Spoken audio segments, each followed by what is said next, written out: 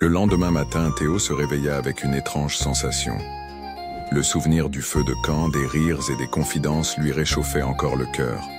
Mais dans le regard des autres, il perçut quelque chose de différent. Une attente silencieuse, une tension dans l'air. Un murmure courait dans tout le campement. Une nouvelle tournée allait commencer, et cette fois, le cirque se produirait dans une grande ville, sous les yeux de critiques renommés. Pour Théo, ce serait sa première vraie tournée. Le directeur, M. Gaspard, vint le voir personnellement. « Tu es prêt, mon garçon ?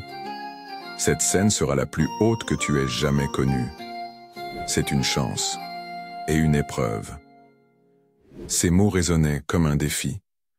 Depuis qu'il avait ouvert le cahier de sa mère, Théo se sentait plus fort.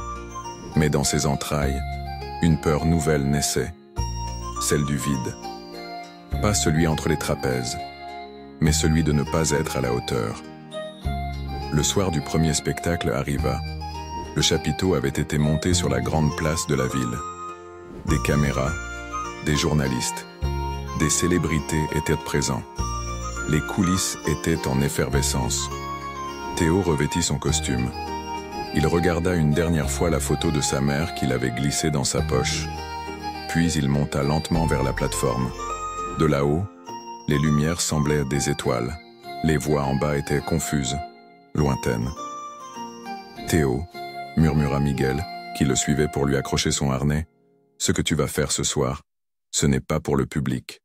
C'est pour toi, pour l'enfant qui a cru qu'il n'avait plus